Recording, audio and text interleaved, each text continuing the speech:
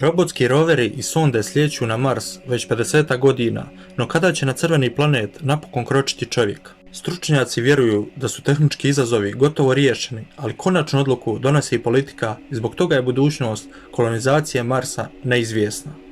NASIN program ljudskog istraživanja mjeseca Artemis predviđa ponovno slanje ljudi na Zemljin prirodni satelit do 2024. godine i korištenje ondje stečenih iskustava kao pripremu za Mars. Najambicioznije obećanje odlasku na Mars izrekao je 1990. godine tadašnji američki predsjednik George Bush stariji, koji je obećavao čovjeka na crvenom planetu do srpnja 2019. godine, odnosno do 50. godišnjice slijetanja na mjesec. Obećanje očito nisu ispunili ni Bush senior, niti njegovi nasljednici. Vidio sam valjda 10.000 grafika, tablica, različitih ideja o tome kako stići do Marsa, rekao je gospodin Scott Hubbard, profesor na Stanfordu i bivši dužnosnik NASA. No to nitko nije želio financirati, misija bi trajala 2 ili 3 godine. Tvrtke SpaceX, Elona Muska i Blue Origin Jeffa Bezosa grade rakete koje su u stanju prenijeti tone materijala prema Marsu. 20 godina života i rada na međunarodnoj svemirskoj postaji umirilo je znanstvenike kada su posrijedi opasnosti koje bi radijacija i bestežinsko stanje mogli predstavljati na 7-mjesečnom putovanju do Marsa. Bez sumnje bilo bi posljedice na organizam, no one se smatraju prihvatljivim.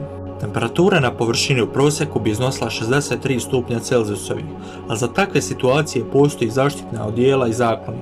U slučaju medicinske hitnosti, evakuacija je zbog udaljenosti nemoguća.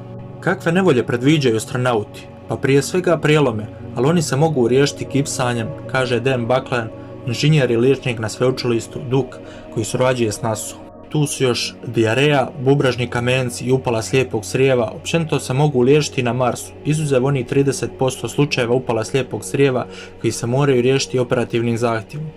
Opširnim ispitivanjem genetike i obiteljskog stabla astronauta uvelike se može smanjiti vjerovatnost da će član posade oboljeti od raka tijekom trogodišnje misije. U zdravstvenom smislu ne vidim prepreku za odlazak na Mars, kaže Buckland.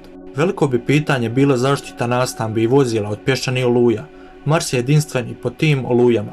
One mjesecima mogu blokirati sunce, što znači da bi u tim razdobljima solarni paneli bili beskorisni. Zato će ljudima ondje trebati mali nuklearni reaktor i zato već postoji projekat. Krajnji cilj je proizvodnja materijala na licu mjesta, pri čemu bi se koristili tamošnji resursi, vjerovatno 3D printeri.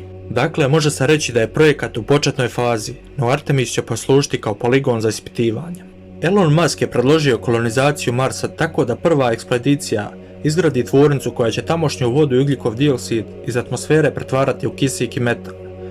Biti vrsta koja naseljava više planeta puno je bolje nego biti vrsta koja naseljava jedan, rekao je 2017. godine. Robert Zubrin, aeronautički inženjer i pisac, veliki je zagovornik stvaranja novih ogranaka ljudske civilizacije. Ogorčen je zbog toga što do zadnjeg ljudskog koračanja po Marsu 1972. godine nije napravljen nikakav napredak. To je kao da se Kolumbo prvi put vratio iz Novog svijeta i da su mu kralj i kraljica Ferdinand i Izabela rekli pa šta onda, mi za to nismo zainteresirani. No nisu svi uvjereni u to.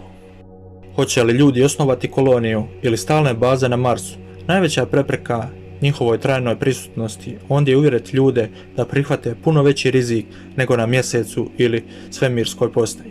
I na posljedku treba istaknuti da se odande neće svi vratiti.